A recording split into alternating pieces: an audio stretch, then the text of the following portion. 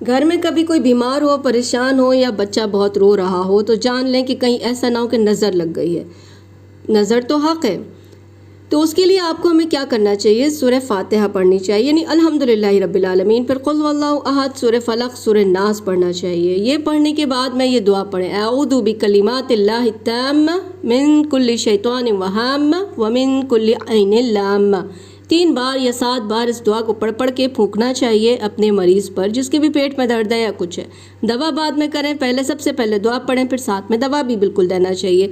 अऊज़ु बिकलिमातिल्लाहि ताम्मा, मैं प्रोटेक्शन मांगता हूँ अल्लाह की तमाम उन कलमात के ज़रिए से, मिन कुल्लि शैतानिन हाम्मा, हर शैतान से, हाम्मा जो बहकाता है, वमिन कुल्लि ऐनिन लाम्मा, और हर बुरी निगाह से, यानी हर नज़र बद से मैं प्रोटेक्शन मांगता हूँ। ये दुआ आप ज़रूर पढ़ पढ़ के फूकिए अपने मरीज़ पर। फिर सूरह फातिहा क्योंकि इसमें शिफा है।